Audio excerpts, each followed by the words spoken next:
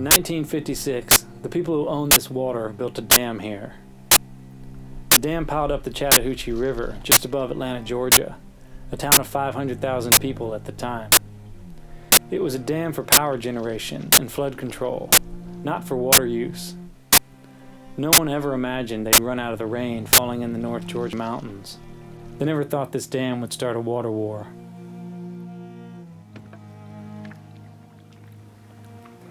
A half century and many dams later, 3 states, Georgia, Florida, and Alabama, are locked in a battle over this fresh water.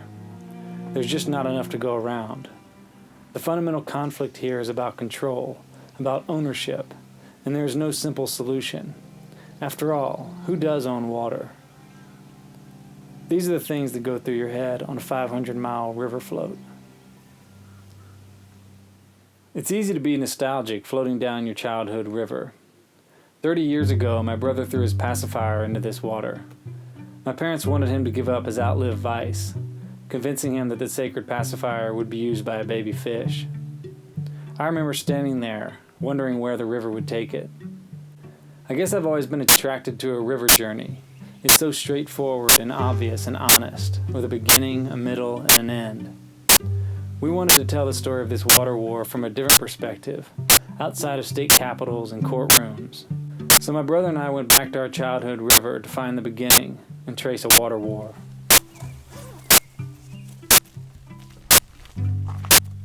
It's a spring day in 2013 when we set out to find the Chattahoochee, the river locals call the Hooch. We walk into the forest a dozen miles north of Helen, Georgia to find the source, that mythical spot where a river emerges from rocks and leaves.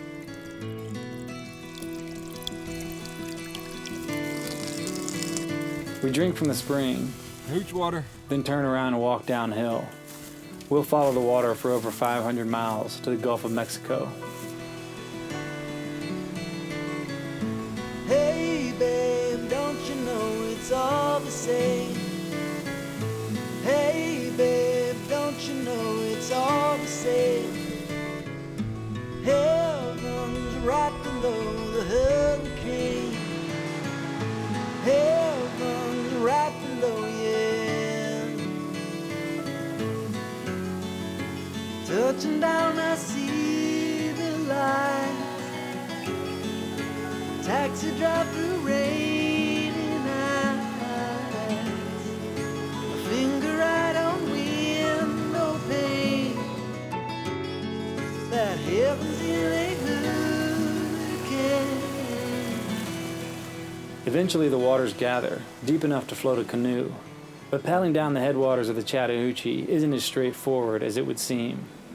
One fishing outfitter has been known to call the cops on floating trespassers. It goes to the Navigational Act of 1867. You know, the DNR has upheld that ruling. And, you know, if it didn't, we wouldn't exist here as a business.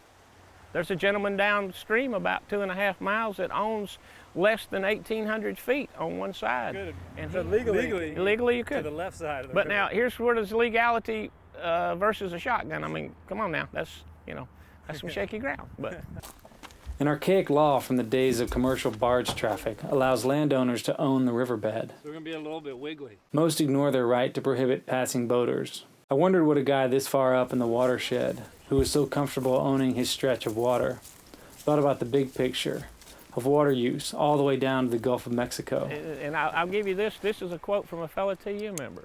We don't care if Atlanta has any water as long as this one's clean up here, okay? I mean, seriously, it's that's not going to affect us until they start building dams on this end of the river. So this is Morpheus, which was the name of this same exact boat that I paddled down in 2009, down the Hooch. And I named him Morpheus because my grandfather had passed away that year in 2009. And he used to always say when he was going to sleep, we're going to take a nap, he'd get off his big lazy boy chair and say, I'm off the arms of Morpheus.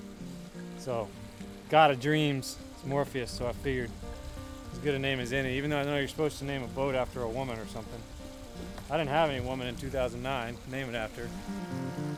There we go. So we bypassed the fly fisherman and the buck-wild shotgun man, and now we're in the flow. We're used to whitewater kayaking and longer river trips. And we don't expect anything too extreme on the Chattahoochee. Whoop, whoop. Your hat looks goofy. Yeah, I know. I'm just making sure you know. It got all messed up.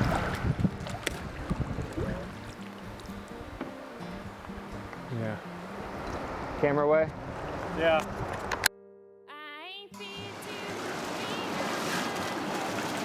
What just happened? Tipped in that rapid there. We went over, had too much water in the front. It's cold.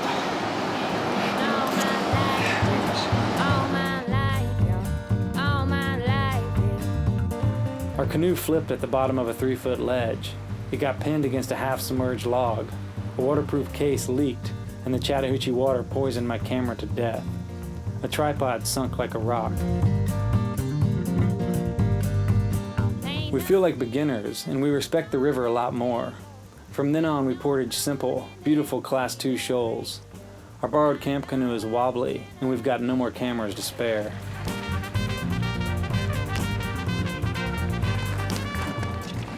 Give me 1, 2, 3 real quickly. 1, 2, 3, 4, 5. Just a little humbled by the river. They always do that to you. But that's okay. We got flat water pretty much ahead of us.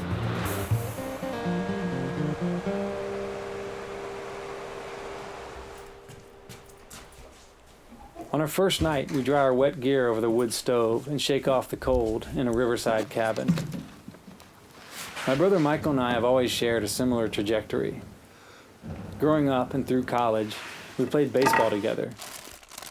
In our 20s, we gravitated toward media work, Michael as a photographer and I as a writer. Occasionally our assignments overlap, and we've collaborated on personal documentary projects from Ethiopia to Chile to Colombia.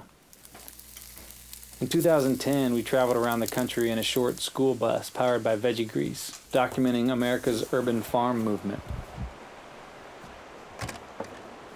We are both drawn to stories wrapped in adventure, and this one has been in our backyard our whole life.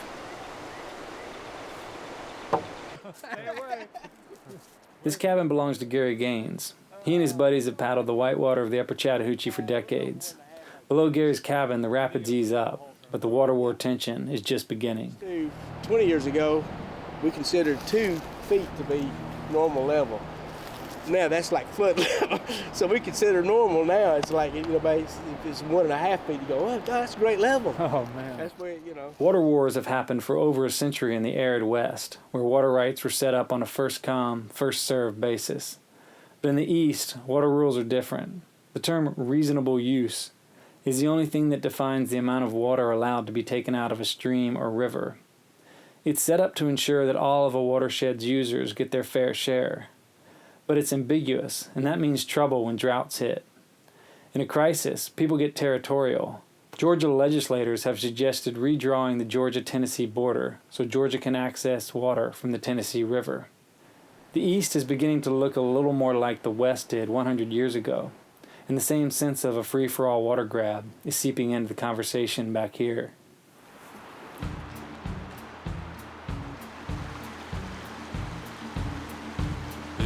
Tired rabbit hunting one of these days. If you get tired rabbit hunting one of these days, go rabbit dancing for a change.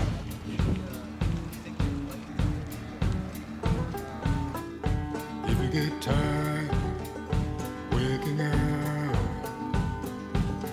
in a cold room. If you get tired waking up in a cold room, try waking up in the afternoon.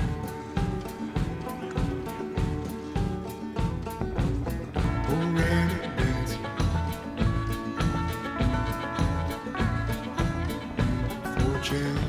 We get back into the flow, and then it all stops at Lake Lanier. The lake seems angry. An easterly wind slams into us on the open water crossing. Our overloaded, wounded canoe clears about 3 inches. We make it to an island at dusk, just as the skies open in a cold rain. pretty easy to be stuck in a tent like this and rain, all damp and cold. Be kind of annoyed. But it's also pretty easy to then realize how lucky we are. We got some hot food, warm, dry, and we get to do this, you know, expedition down this river, try and make something out of it. I think we're pretty lucky to be able to do that.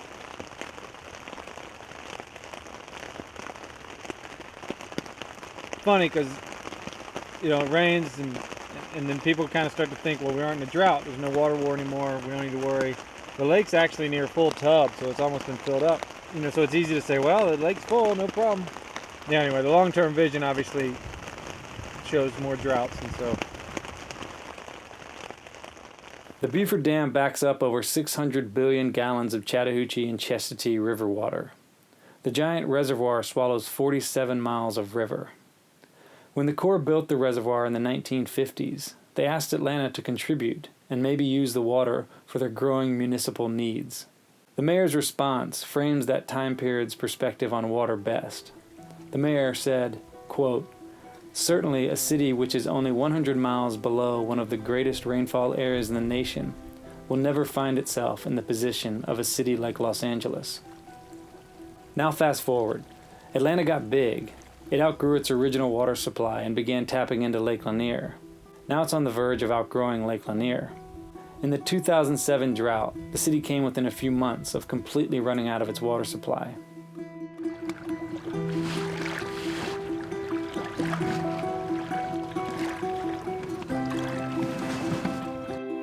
Below the dam, a river appears again.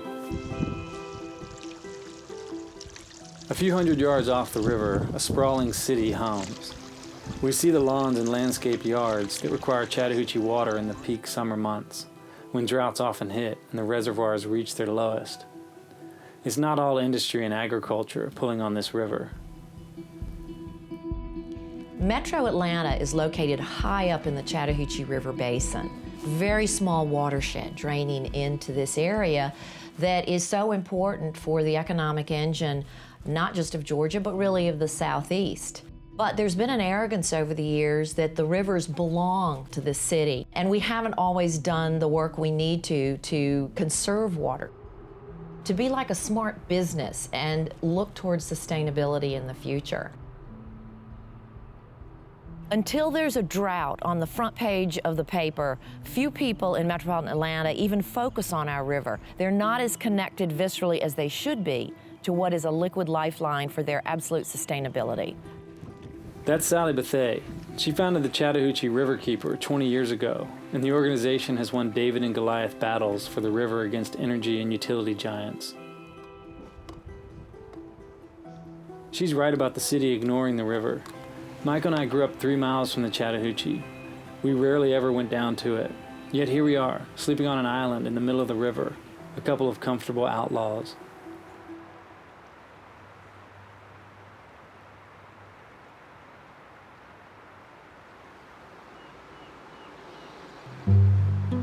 Cold this morning? Oh yeah.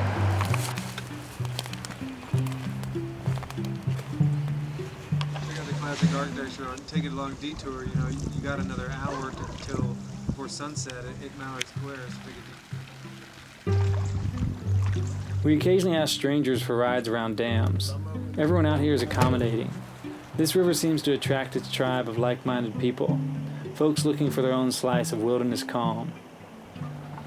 There are few natural places in a city the size of Atlanta where you can escape and no one pays attention to you.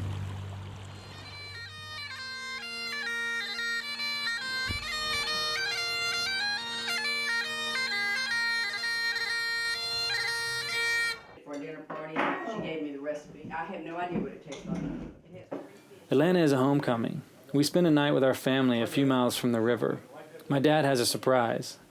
Instead of littering the river with Michael's pacifier 30 years ago, he went back to the water and grabbed it when we weren't looking. Never be able to have it. Well, what we didn't tell you was we found it after we threw it in the river. Why did you get it? So here's the, well, just so we can always say, that's what's left of it. I don't know what The baby fish never got it. It's been in Dad's sock drawer this whole time.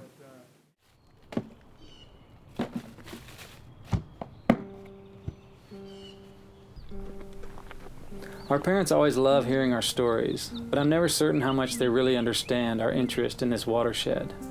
And I'm pretty sure that living on a river for a month never factored into their visions for us as adults.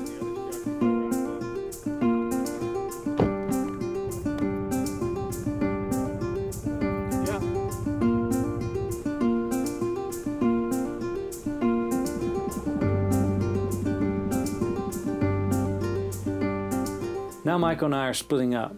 Michael's staying on the Hooch, and I'll be moving to the headwaters of the Flint River.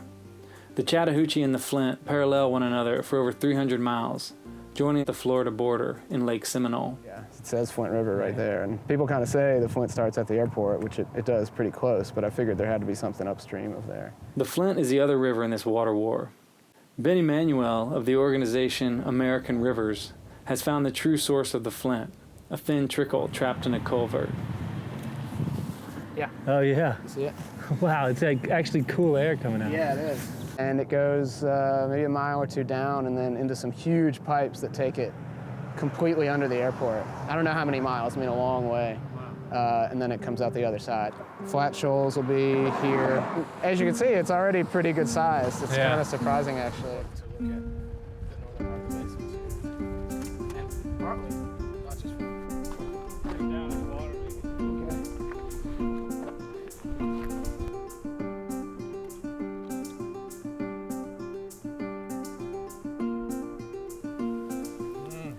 I'm lucky. In recent years, the Flint hasn't had enough water to float a canoe. In 2013, it was named one of the 10 most threatened rivers in America. Not because of pollution, but because it is being sucked dry by a variety of users throughout its watershed. Recent rains have lifted the flow, so I can paddle over the shallow shoals of the upper river. The Upper Flint is one of the country's longest free-flowing rivers, with no dams for its first 220 miles. It's a wild, log-choked, sandbarred snake of brown water cutting through pine forest. But the upper reach is within a pipe's length of the thirsty, expanding South Atlanta exurbs, and the river moves toward more challenges ahead.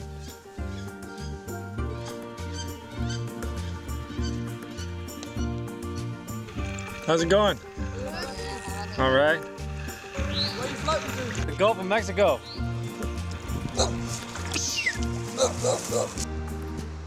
I paddled beneath the historic Squirrel Bluffs on my second day. This rugged canyon would have been buried like the Chattahoochee beneath Lake Lanier if Jimmy Carter and friends hadn't fought a dam proposal in the late 1970s. But the low water situation is so bleak nowadays that residents, canoe outfitters even, are reconsidering drastic measures. All right. Okay, we're looking at Chattah Gap, where the Flint River cuts between the Pine Mountain Ridge itself. And years ago, I had a dream about watching kids going down a water slide, just one after another, having a good time right in this area there. And then I seen from mountain to mountain, a dam built. If they would build a dam on the Flint, they wouldn't have to draw so much water out of Lake Lanier. Of course, environmentalists just want to stick both fingers in the ears, but most people around here would like to see it. Jim McDaniel and his wife have lived beside the Flint River for over 30 years.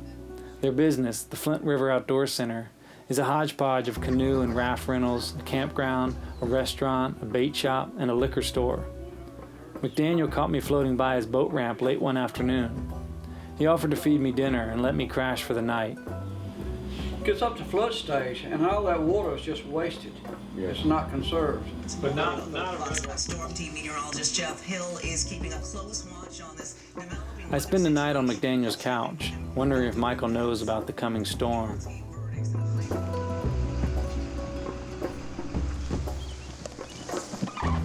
In the morning, I awkwardly scrape my way down Yellow Jacket Shoals, but I can't stop thinking about McDaniel and his reluctant enthusiasm for a dam.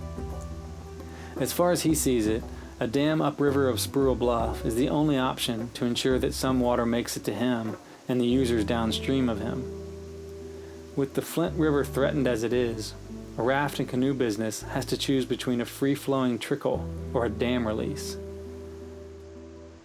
Dams cost over $500 million to build, and during droughts they actually lose water through evaporation, causing an overall drain in the watershed. Maybe people down here want dams because they look upstream to Atlanta. Atlanta has a loud, powerful voice, and the city already has its own dam above it. This far downstream of that growing city, I can understand, reluctantly, why McDaniel has dreams, not nightmares, of dams.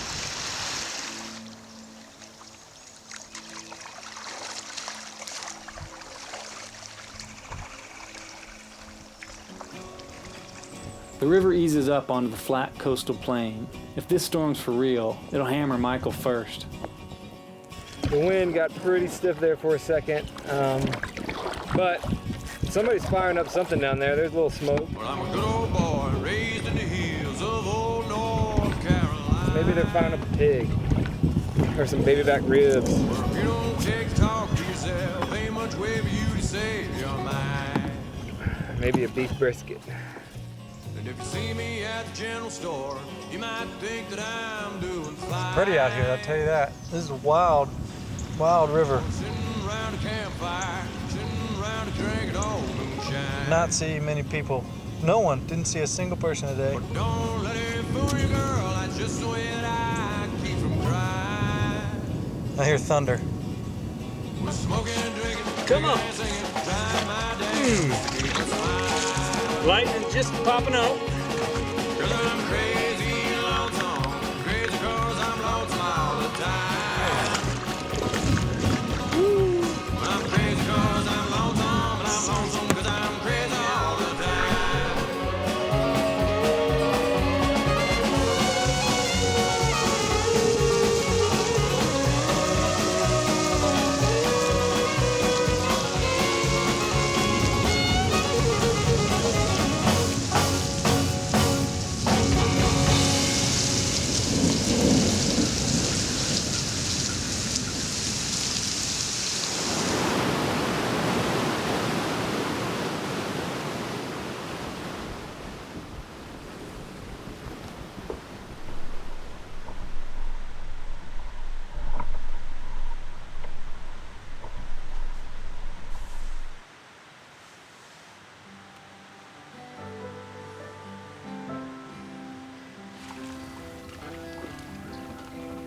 I'm weary from this river. It flows far but never nearer to my home.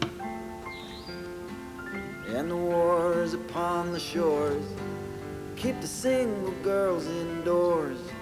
And so all my love songs fall on wasted ears. I grow tired of this highway. It runs far but never my way, don't you know?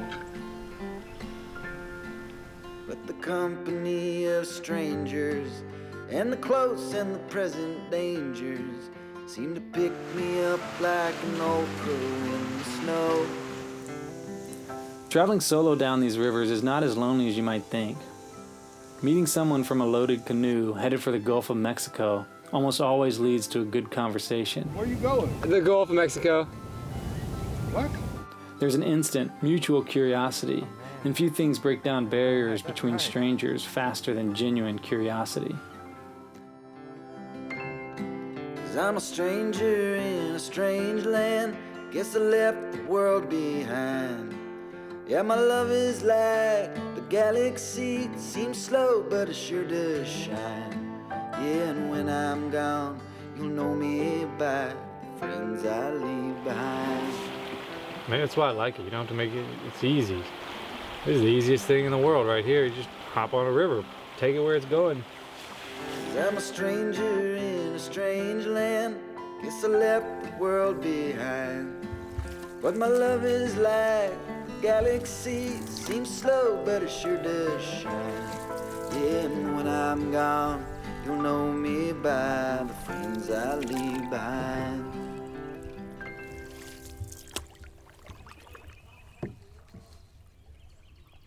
As we get deeper into the watershed, people creep closer to the rivers.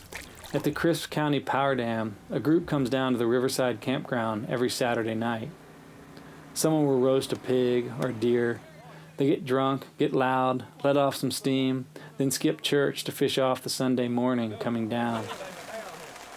It's raw and complex, but these people I meet deeper into the watershed have an intimacy with the rivers. I fished for about 6 hours and got about 70 pounds of fillets in there. They might not articulate it in the words of conservation groups or scientists. Theirs is more of a physical relationship. I'm going to say somewhere around close to 10 pounds, 9 or 10. If Florida and Alabama get as much water as what free-flowed water before the lakes were impounded, then they're getting what they were entitled to. The rest of it's ours. I hate it for them, but that's just the way it is. So that water leaves the Chattahoochee, and I'm almost certain it goes to the Tallapoosa. Don't come back into Chattahoochee. But when you get down there, Dothan and all that, I bet there's 150 pipes in the water sucking water out for this and that. One thing I ain't never heard them talk about. The tension in this water war is building as the river widens. We see more people, and many of them have opinions, strong opinions about what is happening with their water. These residents who live, play, and even eat out of the river.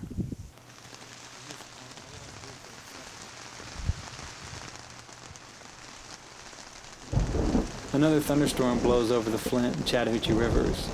There's always a sense of cleansing after a thunderstorm, like a fever breaking.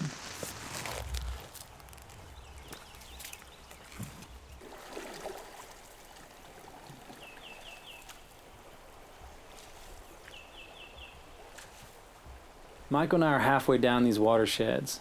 The stresses of communities, industry, and agriculture are becoming increasingly apparent. But Michael is about to reach a bright spot in the ACF Basin at Columbus, Georgia. The geology shifts in Columbus at what's called the fall line. The fall line is the geographical boundary between the rocky, hilly Piedmont and the flat coastal plain leading down to the Gulf of Mexico and Atlantic Ocean.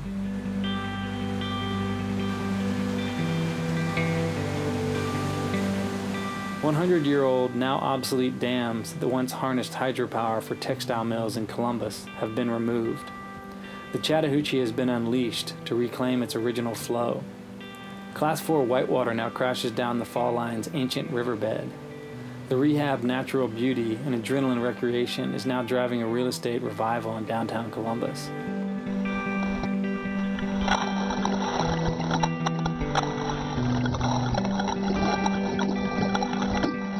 The river, returned to its natural state, is an economic engine once again. Columbus removed the dams because there was economic upside for downtown. There was support from environmental and business groups. That kind of collaboration has been taking shape on a large scale in the basin, and it offers one of the most important potential solutions to the water wars. It's important for the environmental, it's important for industry to have a source of water like this to help promote and develop industry that's needed. In our local area right here, 3 key industries employing somewhere on the order of about 5,000 to 6,000 people in the local area, and those are the kind of things that this river can help drive the economy and the local people. Brad Moore is a member of the Apalachicola Chattahoochee Flint stakeholders. Since 2009, the grassroots organization has been doing the work that doesn't necessarily happen in the state capitals. Within the ACFS, environmentalists, industry execs, fishermen, and community leaders have been sitting down at the same table and actually getting to know one another. It's taken years, but healthy relationships are building among the group.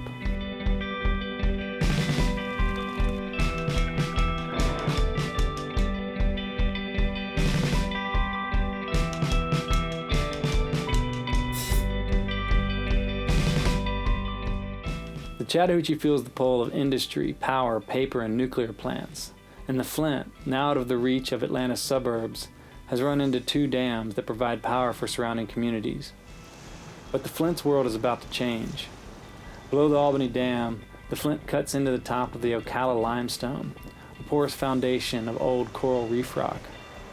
In the Ocala's vast underground, the Floridan aquifer begins, and it extends throughout subterranean Florida. The Flint's surface water and the Floridan aquifer's underground water mingle in a complicated, misunderstood marriage of inflow and outflow. Above the banks of the Flint, 34% of the economy relies on large-scale agriculture, a thirsty enterprise with its straws poking deep into the aquifer. I meet Kathleen Rugel on Itchaway-Natchaway Creek, a major spring-fed tributary to the lower Flint. Kathleen left her previous life as a teacher to move to rural Georgia to study hydrology at the Jones Ecological Research Center. She describes the basics of how water drawn from wells can have an impact on the water table in this region. If you imagine that you had a glass, and that glass was full, and you said the bottom third of it was the aquifer, and the top third was the stream. You have this imaginary line. You stick a straw in the glass, and you suck out of the bottom of the glass, which you think is the aquifer, but the top of the stream goes down. That's what's happening with this region. Kathleen and other researchers at the Jones Center are trying to understand how water flows between streams and aquifers. It's a hard science that farmers and policymakers at the state and regional level need to know in order to conserve water. Flint farmers used to rely on rain to water their seasonal crops, but in the past few decades, there's been a nationwide shift toward large-scale monocrop agriculture, a practice that requires powerful fertilizers and heavy irrigation. The lower Flint farmers are no different. Water is their lifeblood and their livelihood, more so than anyone we've met this far down the rivers. Back then, if you made a good peanut crop, no problems. Now, you've got, all crops have got to produce good for you to stay in business. We don't just irrigate because we want to. I mean, it costs money to irrigate, and time, and a lot of time. We have got to have water if we're going to survive in agriculture. Because without agriculture here, like I say, you'd have a ghost town. These farmers are stuck in a water-intensive industry. Many of them are trying new methods to conserve water, like soil moisture monitors or low-flow center pivot irrigation. An experiment, more or less. That's what that looks like, but you've got to experiment and see what will work and what won't work. Scientists like Kathleen believe that understanding the water is the first step to sharing it with all the users. But like Jim McDaniel and his Flint River Canoe Company, the farmers look upstream and wonder if the users above them are taking progressive approaches to conservation, or are they just competitors for this water?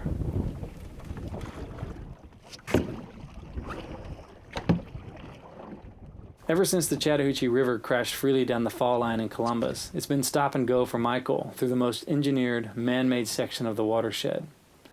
So Michael's been trying to stay sane, paddling for days through the river's most tedious, flat water stretches.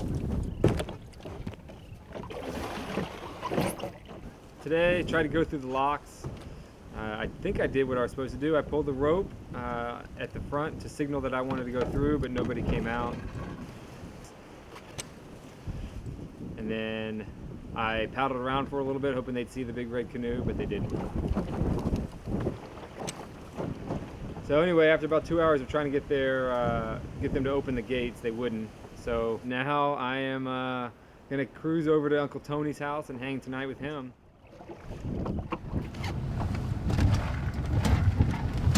I gotta feed those effing horses too. Tony Knighton, aka Uncle Tony, lives on an old ranch on the Georgia side of the Chattahoochee. For over 2 decades, he's driven over the river to his job at the Farley Nuclear Plant in Dothan, Alabama. If we had the plenty of water that we used to have, we would have possibly built 2 more units here instead of on Savannah River. You know what I mean?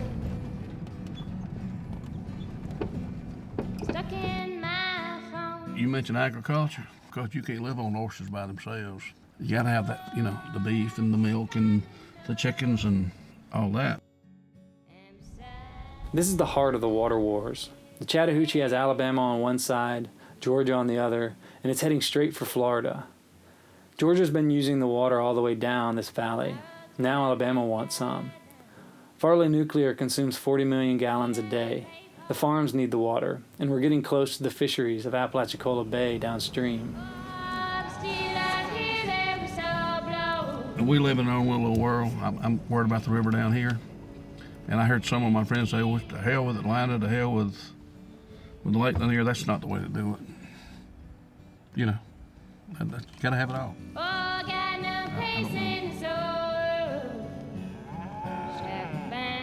Water wars.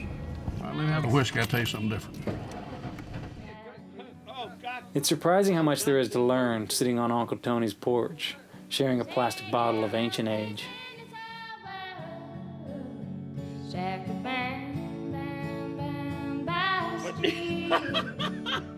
Here's to the bull who roams the woods. Young with all the answers,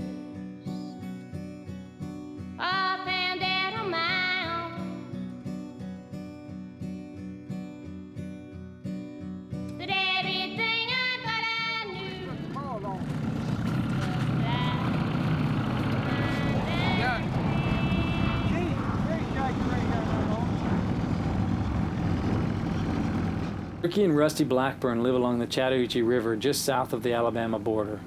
Ricky and his wife work at the Shaw Industries carpet factory. Rusty works as a maintenance supervisor at a residential mental health facility. He caretakes a campground on the edge of the Chattahoochee, so he lives 50 yards from the water.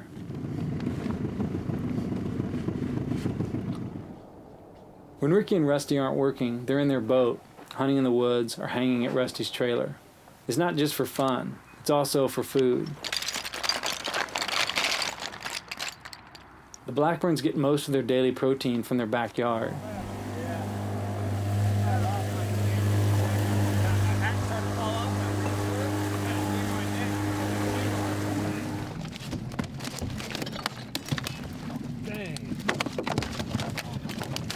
Despite their connection to the river, there's a helplessness this far downstream such a troubled watershed. Crap you about one time. You damn right. Ricky and Rusty might know the river better than anyone above them, but that doesn't mean they can control what's coming downstream. If you cut the water out that goes and feeds that bay, you're going to kill the whole friggin' ocean. It's not going to affect me worrying about this river 2 foot low, 2 foot high. The bay is an incubator of the Gulf of Mexico. If you kill that bay, you kill the Gulf of Mexico. That's the incubator. The Blackburns don't spend too much time worrying about the big picture. Maybe it's too far out of their control, or maybe they've just got enough to think about with day-to-day living. It's hard to step outside the small worlds we all live in. Oh my goodness gracious. Catfish to fry, Rusty's homemade tartar sauce, cold beer, and a day off from work can be enough for a celebration.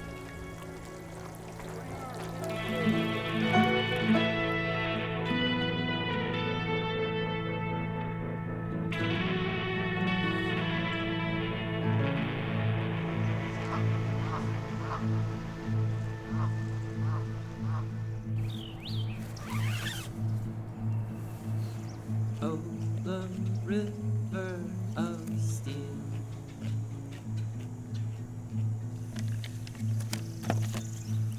creaking all through the night.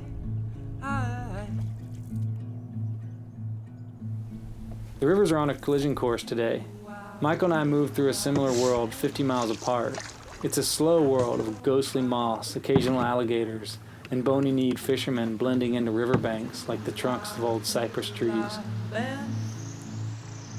At your mind.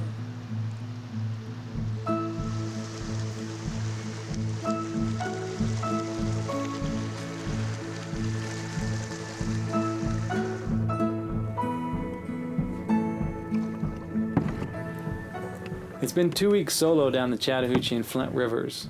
Today we'll meet at Lake Seminole, where they say the gators are the most aggressive. I'll admit a sense of pride meeting Michael. This was his first big solo river adventure, and as usual, he hit it head on and made it happen.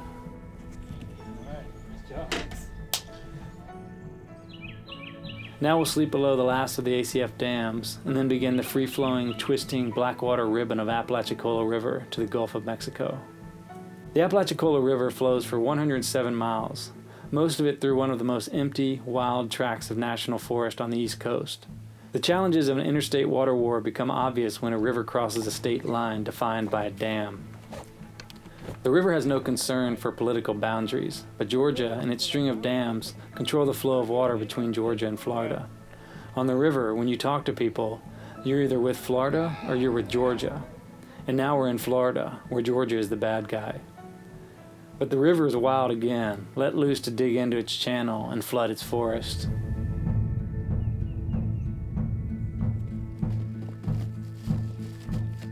There is a fire under your skin. Scorching the grass at your side.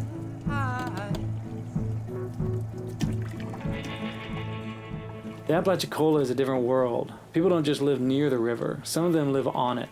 Little houseboat communities dot the banks. And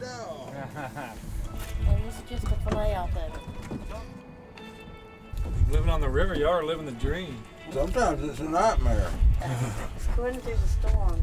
John and Patricia Wallace have been living here for a decade, ever since their kids moved out of their former house in town. Yeah. I grew up on boats, so it was time to get out of the house. I don't like being on land. Never was on land. Don't like it. I like water. These people are almost geology. I can imagine them settling to the bottom of the river under the soft, old silt and sand moved down from the Appalachian foothills. Michael and I have been on the rivers for over a month, but we're just interlopers through this water world that's growing more and more exotic and foreign.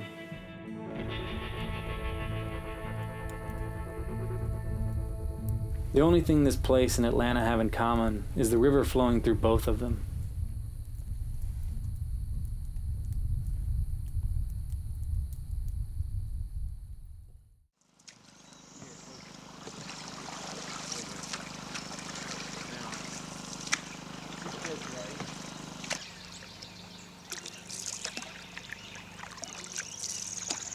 I feel like the river saved its best for last. The Apalachicola pulls us through an ancient, natural corridor. There's poison ivy and poison spiders and wild hogs and gators and black bears. We can paddle into forests where snakes fall from trees and trees fall on us. After days moving with its easy flow and sleeping on its broad sandbars, it's hard to understand that this river is controlled by decisions made by lawyers and politicians hundreds of miles away. Currently, the minimum flow Georgia must relinquish to the Apalachicola is 5,000 CFS. That's a level dangerously low for the life of the Appalach. During the drought of 2007, when Atlanta nearly ran out of water, that minimum was held for 8 months, a devastating blow to the Apalachicola ecosystem. In a 2011 and 2012 drought, the bay nearly died when the minimum flow was held for 18 months. This isn't a natural ebb and flow. Before the year 2000, the Apalachicola River never flowed at less than 5,000 CFS for more than 4 months in the history of recorded measurement. This far downstream, it becomes clear how every ounce of water conserved at the headwaters means life or death at the bottom of the river. There's an excited anticipation to reach our goal and not live out of a canoe anymore. The mile markers nailed into trees drop into the teens, then single digits. We can almost count the paddle strokes to the river's end. Part of me wants to slow things down, but soon we'll step off this one-way conveyor belt of characters and stories and adventure. We'll get in a car and drive north, retracing our month-long journey in about 6 hours. And the river will keep going, moving day and night. There is no drastic, cracked earth end to this river. It doesn't dry up in a desert like the Colorado River, but the ACF is a watershed being used to death.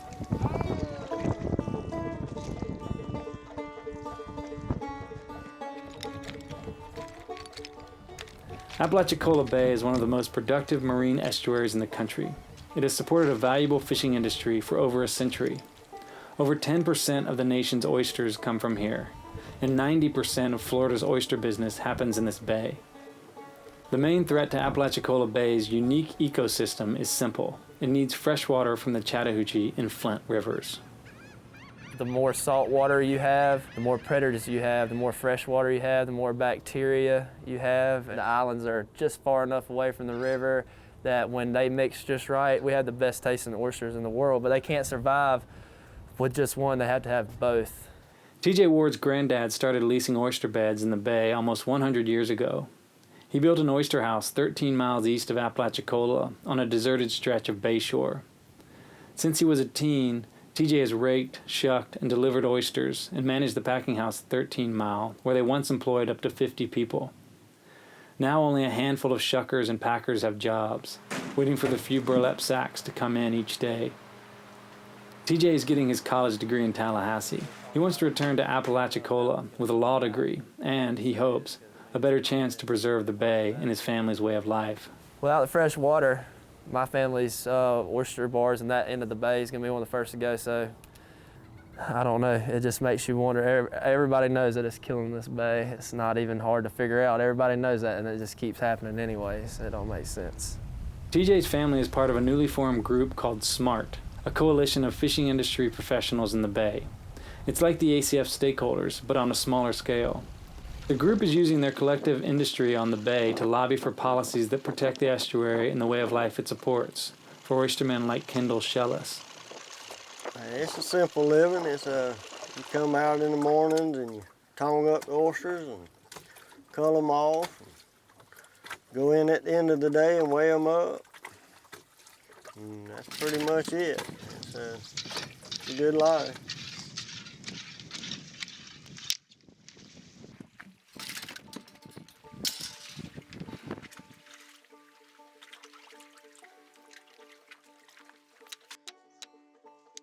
My granddad built this lease back in the late 1800s. And we keep it cultivated and keep it producing. He passed it down to my dad, which should pass down to us. And I'm gonna do it as long as they leave this bay open and let us catch oysters. Oysters need fresh water coming from all three rivers. It's that simple. The death of the oyster industry in Apalachicola Bay is a concrete reminder of what's at stake for everyone in this water war. A month ago, we drank straight from the river, where it first bubbled out of rock and soil. Now here we are, at the end of that same trickle, again slurping down raw Chattahoochee water.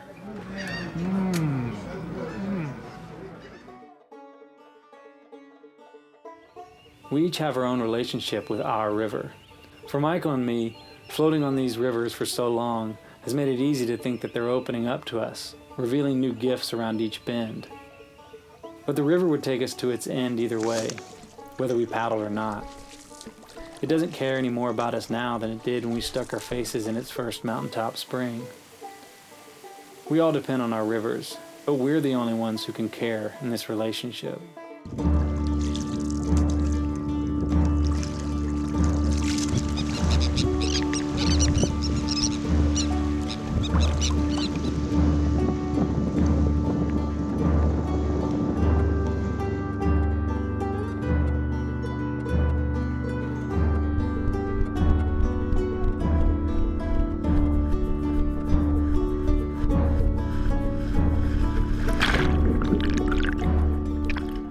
Uncle Tony was right.